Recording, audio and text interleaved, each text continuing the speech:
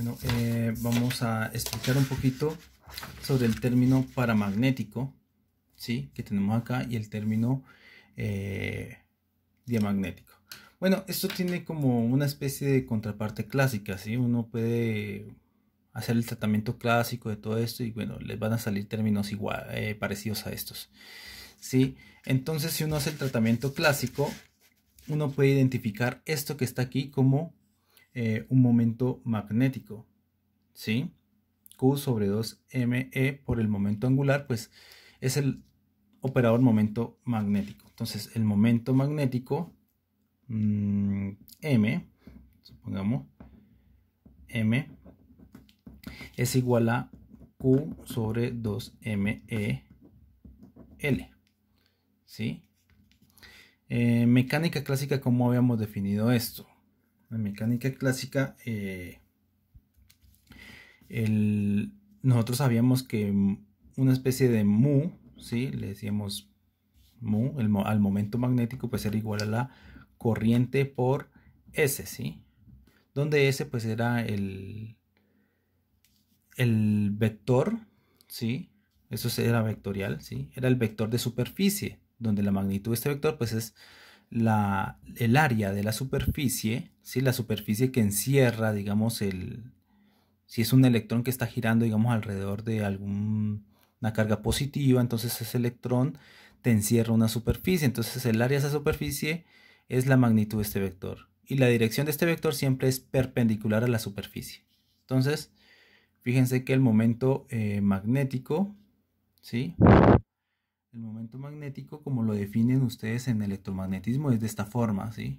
Y es paralelo al vector de área, o sea, es perpendicular a la órbita que toma el electrón en este caso. Entonces, si uno hace esto y trabaja con las magnitudes, ¿sí? Magnitud de mu, si uno hace la magnitud, pues esto es igual a I por S, donde S es la superficie de un círculo en este caso, que es pi por r cuadrado, y hace todo el tratamiento, pues va a ver de que el momento magnético, la magnitud, está relacionado con el momento angular clásico, digamos, ¿sí? Obviamente este tipo de cálculo pues son netamente clásicos. Primero que todo estamos diciendo que la superficie que describe el electrón es un círculo, ¿sí? Y eso pues en la vida real sabemos que no es tanto así, tiene otras órbitas, tiene una probabilidad de existencia en algún lugar de esa órbita, ¿sí? La probabilidad pues varía. Acá más que todo esto está relacionado con esta corriente, pues en mecánica cuántica pues está más relacionado con la corriente de probabilidad, ¿no? Entonces este análogo, digamos, clásico, digamos, si bien te da como fórmulas parecidas a estas, no está representando en sí la física del sistema, ¿sí? Primero que todo, lo que ya les dije, esos son órbitas circulares, digamos, acá las órbitas de electrón son diferentes y con diferentes probabilidades y todo ese tipo de cosas. Entonces, pues hay que tener un poco de cuidado en interpretar la parte clásica con la cuántica. Entonces, fíjense que entonces, en mecánica cuántica, pues simplemente el momento magnético estaría relacionado con el momento angular, ¿sí? Que sería esta forma. Entonces el H2 pues sería simplemente algo como menos m, momento magnético, punto E, ¿sí? Punto B, que es lo que está acá. Entonces, fíjense que la partícula, el electrón, pues tiene un momento angular, ¿sí? Que está cuantizado y por lo tanto su momento magnético también está cuantizado. Y ese momento magnético se acopla con el campo B, ¿sí? Y miren este menos, es negativa. ¿Eso qué quiere decir? Que si M es paralelo a B, entonces esto te minimiza la energía, ¿sí? Si son antiparalelos, este producto punto pues te va a dar negativo. Si este es antiparalelo a este, te va a dar negativo y menos por menos más. Eso le va a costar energía al sistema, ¿sí? Entonces fíjense que este término, para minimizar la energía, pues lo que al sistema le va a gustar es que el momento magnético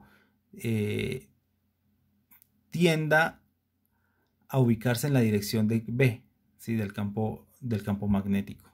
¿Sí? En realidad pues va a ser una precesión alrededor del campo magnético, dependiendo de la cuantización de M. ¿Sí? Bueno, eso por un lado. Y entonces vamos a interpretar este H2. Este H2 pues dice que es término diamagnético. Entonces ese término diamagnético básicamente nosotros también podemos asociarlo con una especie de momento angular que depende, perdón, momento magnético que depende del campo B. Entonces esto, por ejemplo, este H2 lo podemos decir que esto es igual a, si quieren, ustedes saben que B cuadrado pues es B.B, ¿sí? Esto que está acá pues es un simple número, todos estos son números. Y este B cuadrado pues es B.B. Listo, entonces factoricemos esto y te da algo así como, hagámosle esto que está acá, pues sería un medio, ¿sí? De Q cuadrado sobre 4, perdón. Sobre 4, ¿sí? Porque 2 por 4 pues te da este 8 que está acá, por ME por R paralelo al cuadrado por B.B. Entonces si nosotros hacemos una analogía con esto, entonces nosotros podemos ver de que el campo B está acoplado con otra especie de momento magnético, como coloquémosle M2 si quieren, ¿sí? Pero hay una diferencia, este momento magnético depende de la órbita del electrón, ¿sí? Depende del momento angular, es algo intrínseco del átomo, en este caso del electrón en el átomo de hidrógeno, ¿sí? Este momento magnético no depende de B. B puede valer cualquier cosa que este momento magnético no va a cambiar, ¿sí?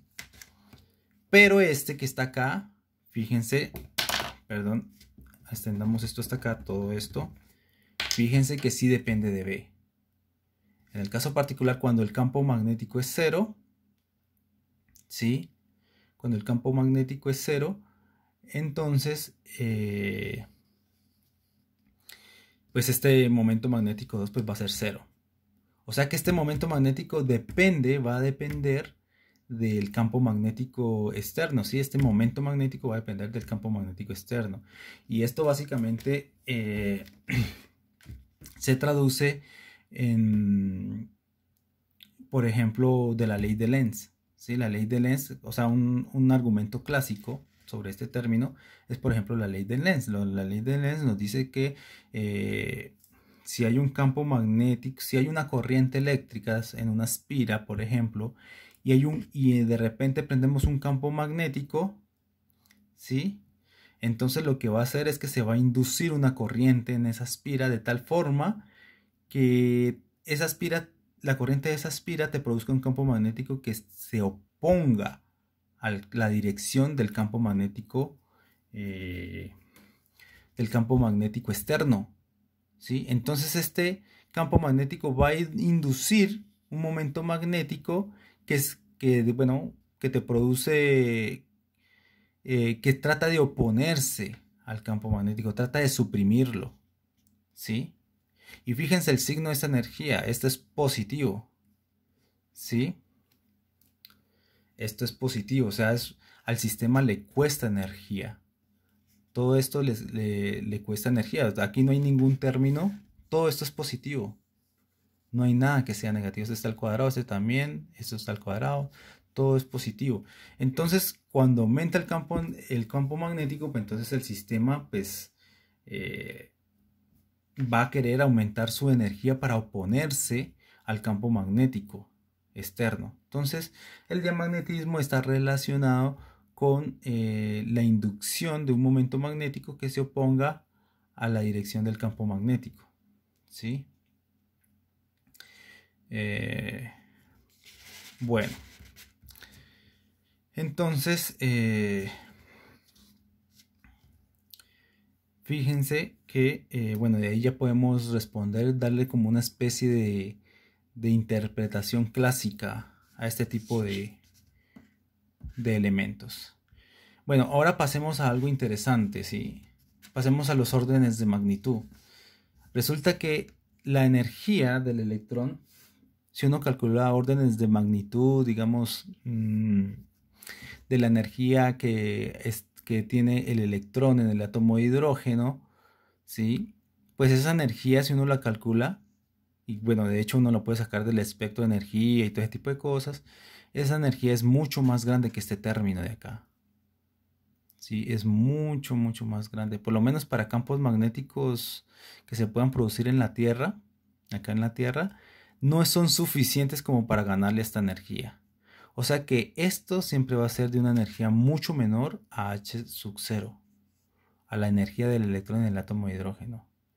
¿Sí? Entonces, eso se puede, uno lo puede hacer unos cálculos para poder hallar el orden de magnitud de esto, ¿sí? Uno puede suponer un B, ¿sí? Uno puede reemplazar estos valorcitos y ver más o menos cuáles son los órdenes de magnitud. Y análogamente también se puede calcular el orden de magnitud del término diamagnético. Este orden de magnitud es también muy pequeño en comparación a este, ¿sí? O sea, es casi la misma diferencia. La diferencia que hay en energías entre estos dos es casi la misma que hay entre estos dos. Sí, o sea que este término, H sub 2, el término diamagnético, es muy pequeño en comparación al término paramagnético. Es muy pequeño. O sea, lo podemos despreciar. Cuando este término, H sub 1, es diferente de 0, entonces obviamente este término va a ser dominante en la física de la partícula con respecto al término diamagnético. O sea, prácticamente el diamagnetismo no se va a ver en ese sistema. Entonces, cuando eso ocurre, entonces nosotros decimos que el átomo es paramagnético, ¿sí? Porque este término pues no le hace ni cosquillas a esto. ¿Listo? Pero, miren, si el momento angular es 0, estamos en una partícula que tenga momento angular 0, por ejemplo, L igual 0 en la mecánica cuántica. Ustedes saben que el autovalor de L cuadrado pues es L por L más 1, digamos si L es 0, en ese caso pues el momento angular pues es 0 y por lo tanto este término es 0. Y si este término es 0, pues entonces como no depende del momento angular, ¿sí? Pues simplemente va a subsistir. Entonces en ese caso pues este ya no existe. Y entonces cuando hay un campo magnético, ¿sí? Que está interaccionando con el átomo, pues entonces se va a sentir la contribución de este. O sea, se va a inducir como una especie de corriente que se oponga al campo magnético externo, ¿sí? Entonces en ese caso, cuando L es igual a 0, ¿sí? Tenemos un elemento diamagnético, ¿sí? Por ejemplo, el átomo de hidrógeno, cuando el electrón está en el estado fundamental. ¿Cuál es el estado fundamental? El de menor energía, pues es el estado 1s, ¿cierto? O sea, n igual a 1 y momento angular igual a s, o sea, igual a 0. En ese caso, pues este término paramagnético es 0. Y entonces el átomo de hidrógeno pues se te vuelve diamagnético. ¿Sí? Diamagnético.